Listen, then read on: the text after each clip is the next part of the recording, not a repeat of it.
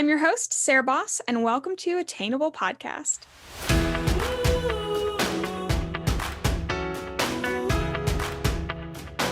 All right, Emily, thank you so much for being here. I've been following you for like a while, so I'm so excited to have you on the podcast. Oh, thank you. Thank you. I wanted to dive right in because I don't actually know your story. I don't know even how. Oh, no, I do know how I got introduced to you because I saw your work at Public Works in Somerville. And I remember I stood in front of it and I found your, name on the plaque. And I was like, and I saw that you were a Charleston artist and I followed you. And then I just got the joy of your Instagram from then. I was like, I have to talk to this girl. But I don't really know your story or how you got started, any of that. Can you give a brief introduction of who you are and what you do now, and then kind of lead us into how you got there? Yeah, totally. So I'm Emily Furr. I'm from Johns Island, South Carolina. So I'm from around here. And I just moved back like a while ago, I guess during the pandemic. And I feel like it's been really nice being back, very like inspiring. But I'm a painter. I do a lot of that stuff. I feel like when people ask me what I paint, it's kind of hard to be like, oh yes, this is my thing, because I feel like it's kind of been everywhere lately. Like behind me, you can see like there's chickens, snakes, a huge bowling sign, like portraits. I've been doing a lot of, I don't know, whatever just drives me lately, whatever I'm like, ooh, that sounds fun. Yeah. Oh, I love that. Yeah. And you've got a very distinct style, but I love that it seems that you have it all in different ways, like you said, in the portraits or the like small wall hangings that I've seen that you do. And it's very, very cool. So you said you moved back from where? So I did my master's degree in Greensboro at UNCG. And the pandemic sort of cut that in the butt right before I was supposed to do my big like thesis talk and everything. So I just did that from my parents' living room. A lot. Yeah. A lot of people had to do some adjustments there. Which was not fun because like I really dig deep into some like existential things and just like questions about myself and like I don't know, just really digging into some heavy concepts for my thesis work. And it was hard being around them while talking about that because they're like, your art's just so fun, so cute. And I'm like, it is. It is. Yes. Yes. Thank you. Oh my gosh. I didn't even think about that. Yeah, So my biggest supporters though, they're amazing. oh, that's so great. Okay, so let's bring it back a little bit. So you got your master's degree, but when did you I guess start identifying as an artist, or even before then, when did you start pursuing it like in your education, stuff like that?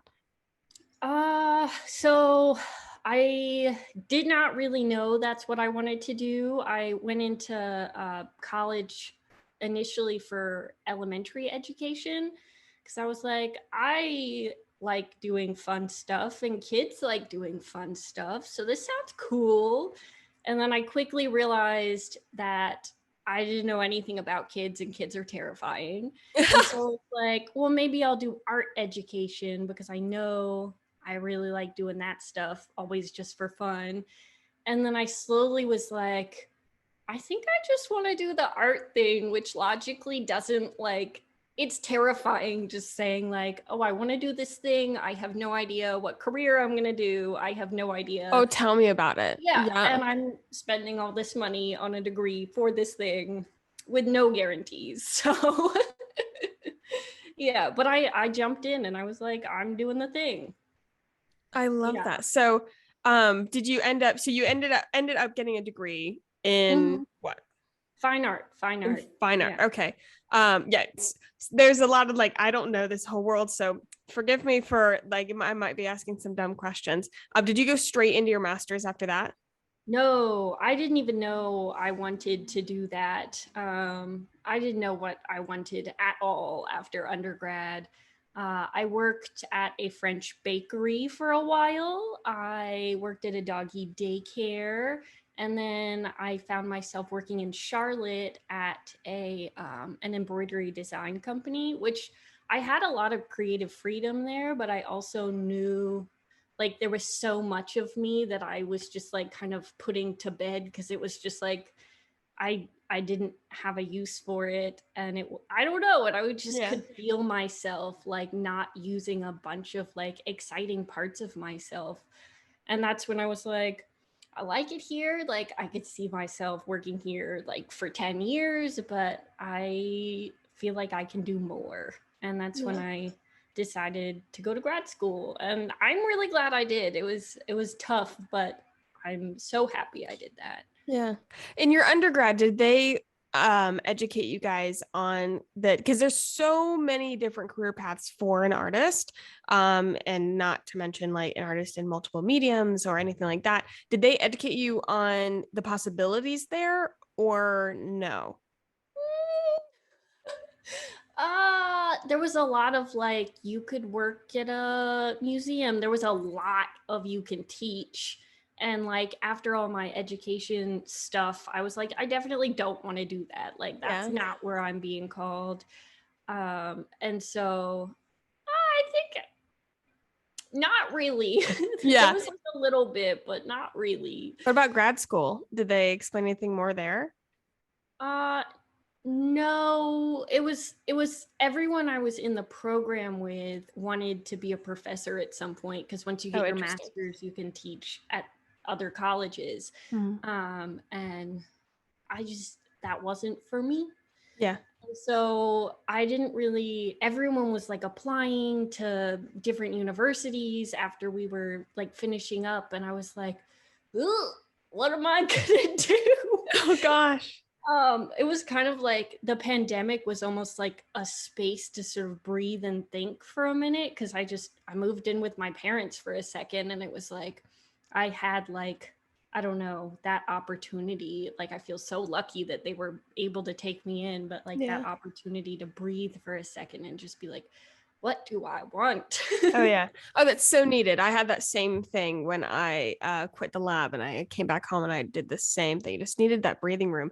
But I think it's so interesting that it's that you weren't like told like the many possibilities. I'm still like bombarded with hearing new jobs. Like I remember I was looking at the anthropology window display.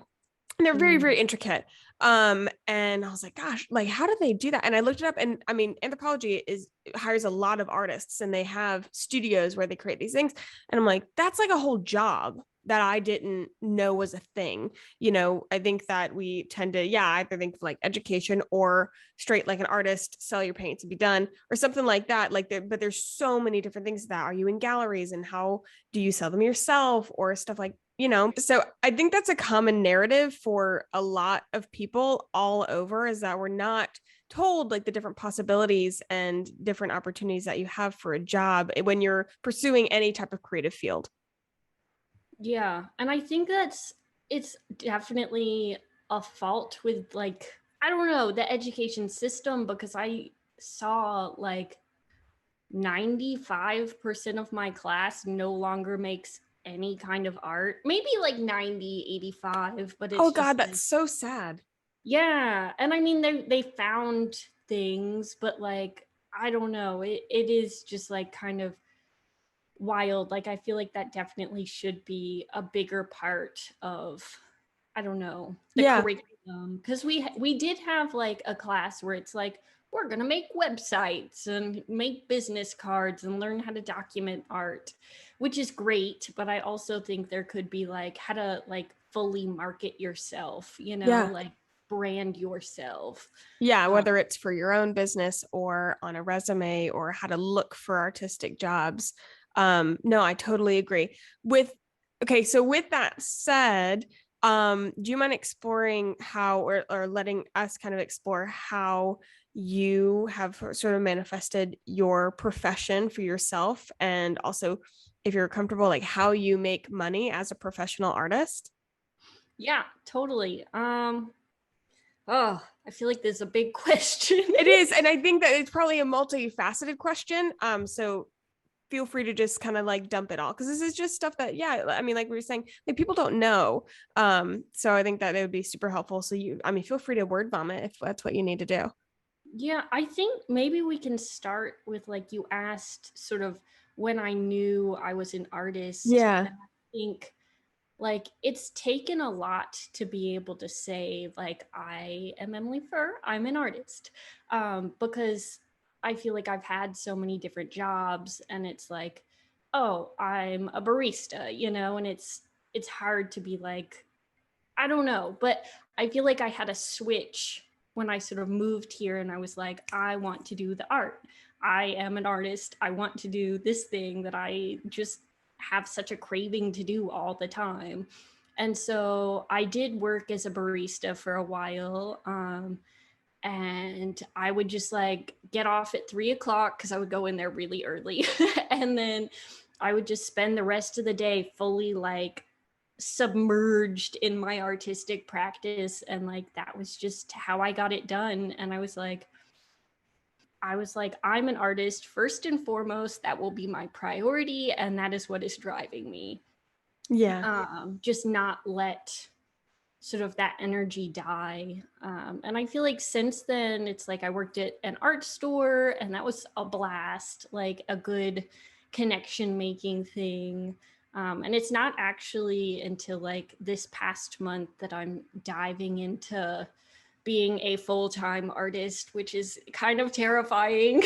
Congratulations. Thank you. But yeah, side gigs are like, I don't know. I don't think it makes you any less of an artist to have a side gig or anything. No, it's multiple streams of income. Mm-hmm. Yeah, and which I have found is very important. Like I have my prints, which has been awesome. Like the Poppy Collective is this little, I don't know, they sell everyone's different art, and it's just a cute little community, but I sell prints through them, and that's been a really nice little stream of income on the side. Just thinking how I'm making income right now. Yeah. And then like Instagram has been crazy for me because I made a reel, I guess it was 2 years ago, maybe a year and a half ago, and it got like 2 million views, and suddenly I found myself with like 20,000 new followers, and I was like, oh goodness.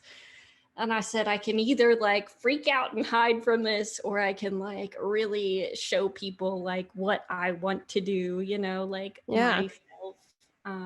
And I feel like that was a big game changer for me, because suddenly people were like, I want that. And I'm like, oh, okay. Okay, you want that. You want to pay for that. Okay. Yeah, I've had like a surprising amount of commissions from Canada at this point. Really? I don't know. Love it. I'm into it. The Canadians can keep on coming. I have this like 6-foot piece behind me, and that's going to Canada in the coming month. So yeah. You've got your prints, that you have that partner shop, you have commissions. What else do you, I've saw you in Public Works Gallery. Does like gallery work, is that paid? Do you guys get so it's like the space is free and we can sell our work there. Of course, the gallery takes like a cut. Mm-hmm. I think they actually don't take that much at Public Works because it's like a nonprofit. Yeah. I was a little surprised. But I actually try to like not focus too much on making the work sort of sellable at those things, because I really want it to be like, I don't want to focus too much on making work that sells. I want to focus on like making work that's really exciting to me, and like it can be really weird, and I don't know if it happens to like draw people's attention to buy something that's amazing. Yeah, so I rely less on those. I think commissions are pretty like up there on my income right now. Yeah. And that's a little more reliable than stuff like that. but I don't know. And I'm working on like a few little series right now. I have a series of like little banana spider paintings that I'm going to release soon, because I feel like people want little things, or like things that are actually buyable, Yeah. not going to break the bank. So Yeah, I think after you, I went on like an artist binge and I found a bunch of like Charleston artists and everything like that. And one of them, I mean, she's fantastic. And I was like, oh, I really definitely want to buy like a large piece. Between $6,000 to $10,000. I was like, worth it 100%. I'm not totally, yeah. absolutely. I also need a new car. So, and I'm not at a position to just like drop that down. So that's more of a savings piece for me. I think it's good. Like, you released, was it bees? They Did were you release flies, maybe. flies? Wait, No. You're right. It was the flies, because the flies were, that was the structure piece that I saw in Public Works. And then I think were you selling them individually as well, or? I haven't actually yet. They're like one of my most requested things that I have not put out yet. Yeah. Yeah, I saw that, and I remember it's like not long after that was like the snakes. And I love your little pieces. I think they're just so interesting and so eye-catching. The colors you use are so unique, and the color combinations. I think it's very, very cool. Oh, thank you. I feel like I try and keep like pushing myself and challenging myself to like expand my palette, not let the paintings get too easy. Yeah. I don't know, just like keep experimenting, because I don't want anything to get flat or boring. Yeah. What inspires your art? How do you get inspired? And how do you get inspired? One, actually, let me start there before I bombard you with questions, because now I'm going to start getting into like questions about creativity and like creative practice. And like when you said that you came home after like being a barista, and you said you'd work on your practice, I want to know like what that means. But first, what inspires your art? Okay, I feel like it's kind of everywhere. Right now, it's a lot of like growing up on John's Island. I'm looking at a lot of that because I'm like, suddenly I'm a Charlestonian again. And it's weird seeing like the house I grew up in and how that's changed, and like the street I grew up on, and like the buildings that are like 100% the same.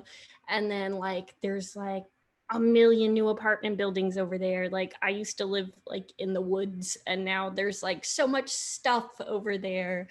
So I think that's been an inspiration lately, just sort of getting in a little mind cloud about like sentimental objects and places there. I feel like sentimentality is like huge for me. Like having like, I don't know, objects that have like all this like heart stuff, and painting them is almost like I get to meditate on like why they're important to me, and like, I don't know, put the Emily in there, the little Emily magic.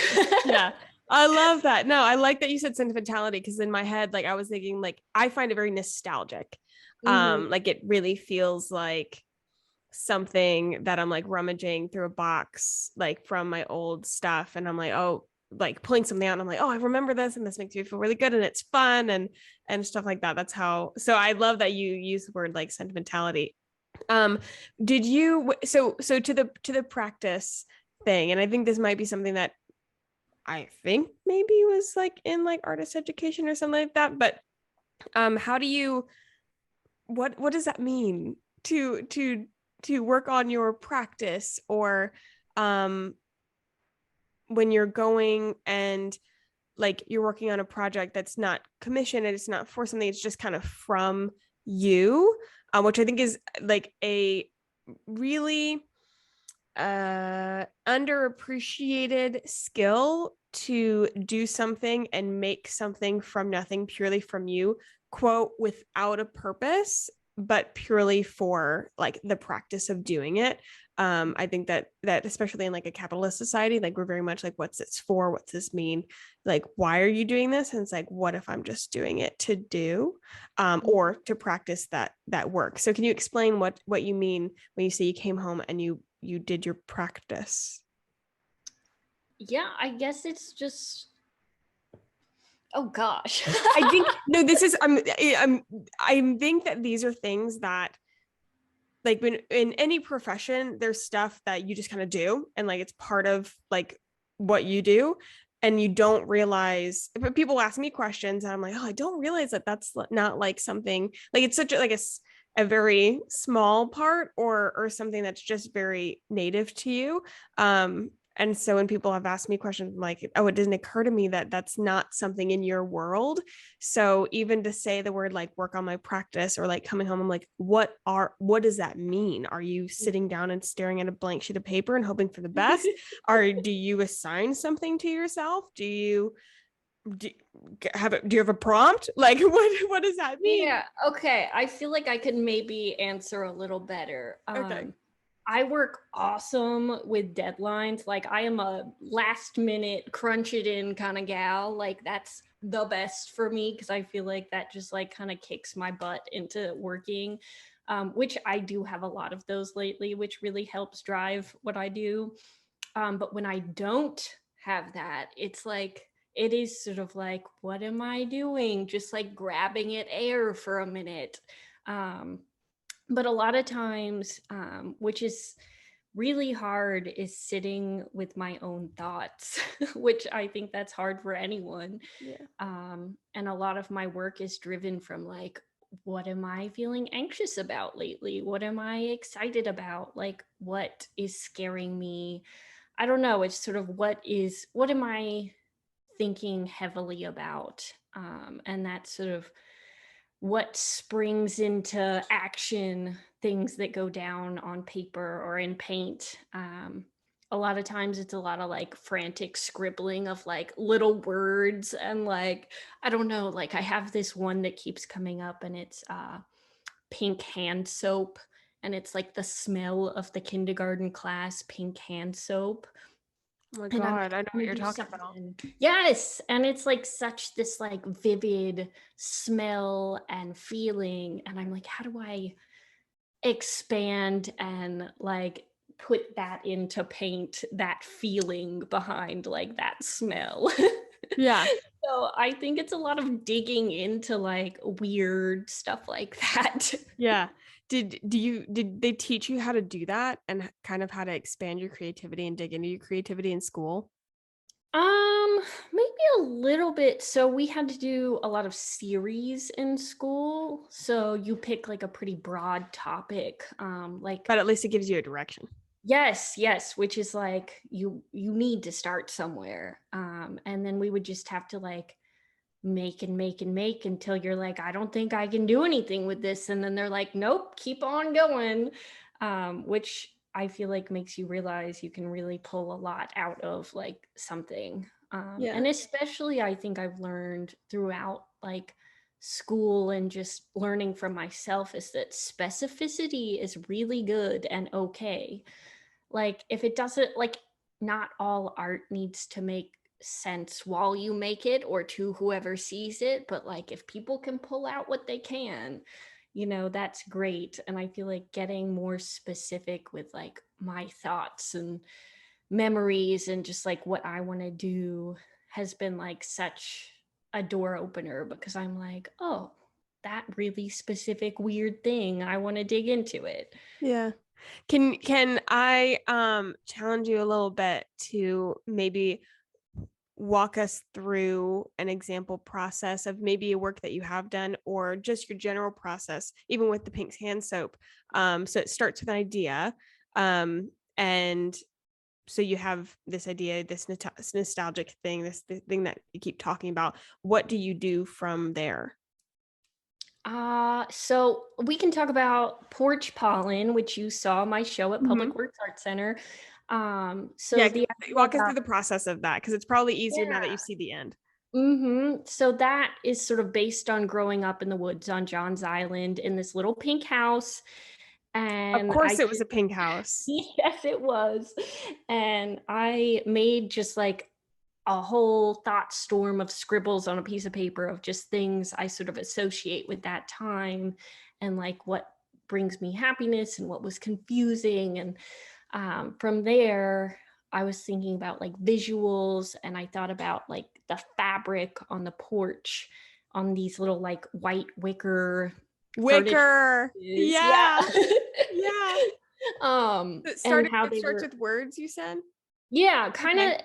I feel like it's, yes, I feel like I write stuff down because I Almost like a forget stuff. journaling practice. Yeah. Okay. And a lot of times I don't even go back and look at it, but it's just good to get Yeah. stuff out. Yeah. But like thinking about the fabric on those chairs and how it was always polleny, but it was always this like faded florally pattern. And I went on eBay and I bought some fabric that was like that. And I'm like, okay, what's next?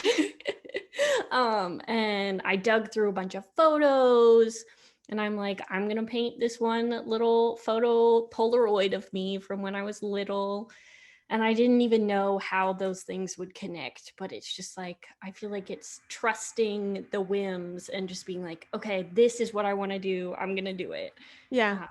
Just rolling off each thing. And then like putting the fabric and the painting together was really fun. And then I'm like, this is such a weird, quirky time. And that's when the chickens came into play, because I was like, there were always chickens running around. And I feel like people don't understand that, like, didn't grow up, like, I don't know, in the woodsy area. And I don't know, just the comicalness of the chickens. I was like, I have to have some chickens in there. Yeah.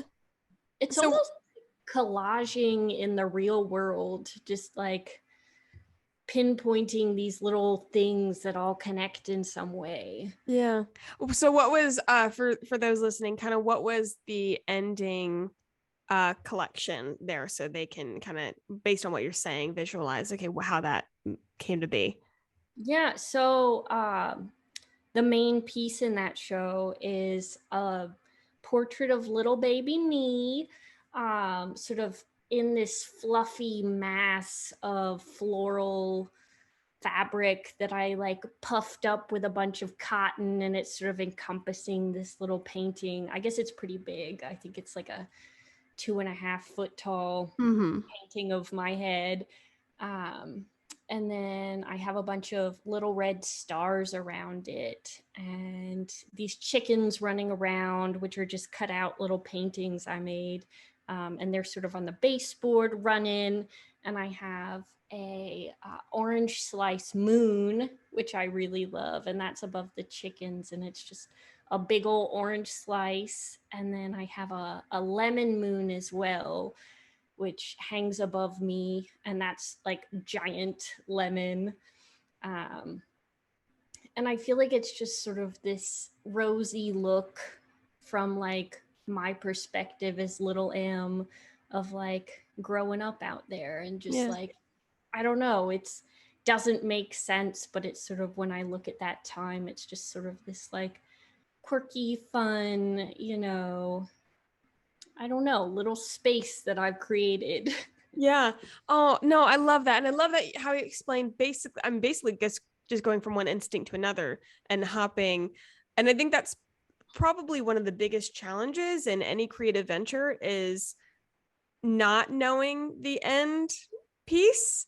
And that's like a lot of sort of like insecurity that you're riding, because you don't know where you're going.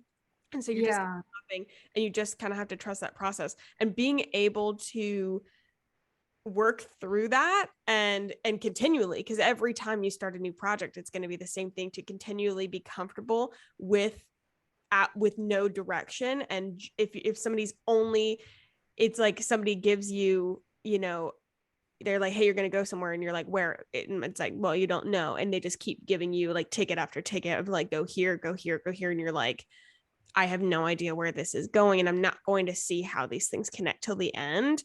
I think that's like something I wish there was a class just to challenge me in that. I'm like, I want to be challenged in that way, because I think that is such a strength exercise, and every time you do it, and that's a huge part of course, your profession is constantly pushing yourself in directions where you don't know the direction. Exactly. I feel like that's a big thing that I haven't learned until like even after I've graduated, is that like I need to trust myself in the process, and that a lot of times like afterwards I'm like, "Oh, that's what that is. That makes sense that I did," because it's Yeah. like that's what that means. Because a lot of times it's like I'll be really struggling through, like, I don't know, something going on in my life, and I won't like see it until I'm out of it. And I feel like that shows up in my work a lot. I'm like, oh, there's that struggle. And that's why I did that. So I think it's like letting yourself not be in total control all the time, which I'm a planner. I am a control person, so it's hard. Yeah. Yeah. Do you get that feeling at the end where it's like lock and key, like ding, okay, now everything comes together? Or is it learning to, you're like, no, I'm just kind of accepting what this end is? I don't know. I feel like sometimes it takes some time. Like I feel like I have a general idea usually when it's ending, but it's also really hard for me to like finish work because I'm like, oh, I can add this, or I want to put this with this. Like it's really hard for me to be like, okay, I'm gonna stop now. Mm-hmm. Especially with the porch pollen show, like I had to have like what I was doing, and I was like, oh, but I could add this, and I'm like, no, I have to step back. Yeah. Yeah, and I feel like it's almost like with life, it's like you're never really done thinking about like topics or something. Like that time on John's Island, like I'm still thinking about that and growing from it and seeing it from a new perspective every day. So I feel like that piece is like never done to me, but Yeah. I don't know, it sort of marks a period of time of me thinking about it. So that's where I have to put an end to it. Yeah. When you're going through and you're kind of experimenting with materials or sketching or doing any of that, is there like can you tell the difference between like, okay, we're doing like a messy experimentation that's going to be like whittled into something, and oh no, this is just a mess and like I need to move on to something else? Is there a difference, or do you always just kind of have to push through it? Usually I try and really push through it because I'm like, once I'm making something, I don't want to do a rough draft. I don't Yeah. want to do a like mess up. And I think that's why it can get like so wildly emotional, because I have this like picture in my head and it's so vivid, and then it's like if the thing doesn't come out just like it's in my head or better, like it's so Yeah. emotionally draining. Like it's just awful. And at that point I'll usually give it a few days. Like if it's just not working, I'll give it a few days, let things dry, and then come back. And usually it turns out better. I've had to throw things out, which always is like heartbreaking. But yeah, that I feel like making work for myself is the most emotional process. And I feel bad for my sweet boyfriend because he gets to see me just go Going through that roller through it. coaster with you. Yeah, it's especially like works that are really like important to my heart, or like things I've been really like dwelling on. It's like really hard when they don't go well because I'm just like so invested in like seeing it through, you know? Yeah. No, I can definitely understand that. What do you think, like if people are listening and they really want to kind of exercise their creativity, especially if they've never really challenged themselves in that way before, what steps do you think that they can take, or just even mental exercises or anything like that, do you think that could help them explore what creativity means to them? Yeah, I think it definitely comes from the artist. So I would think about just how you're feeling about the world and what you think about on a daily basis. What do you see that's exciting? I feel like so many people feel so lost because they're like, well, I want to be like that person, or I want to do art like that. But like it has to start with you. Yeah. Which can be really hard to put the time in to sort of be like, well, who am I? What am I doing? And like, you don't have to figure that out. That's the art making, is figuring it out. But just start with yourself. Yeah. Oh, I love that. I love that so much. For those listening who I'm sure are very impacted by your story, and thank you so much for being so vulnerable and opening up about your process, where can they find you? Where can they find your art and get more of you? Yeah, I'm on Instagram at Emily_Furr, Furr. And then my website is emilyfurr.com. Yeah, I'm mostly just on those two right now. Yeah. Love That's it. where to find me. Awesome. Thank you so much for being on, guys. Yes, absolutely. Go ahead to all of her things, spread the love, and make sure to spread her work all around and take a look at some of her pieces, because it's a very joyous experience to be scrolling through your Instagram. So definitely go check her out there. If you guys enjoyed this episode, please share it with a friend. Go on Spotify. They do a rating system now, so you can rate the podcast, do 5 stars, because we are bestie friends, and that's a nice thing to do. And you can also go on Apple Podcasts and review and write a little review as well, and we love to see those, and that helps us all a lot. The best thing that helps is just telling a friend. So if you share this episode or any of your favorite episodes, just send it to a friend, post it on your Instagram stories, all that kind of stuff. And if you tag us, we will give you a shout out on our Instagram stories as well. I hope you guys have a fabulous week, and I will see you guys next time. Bye.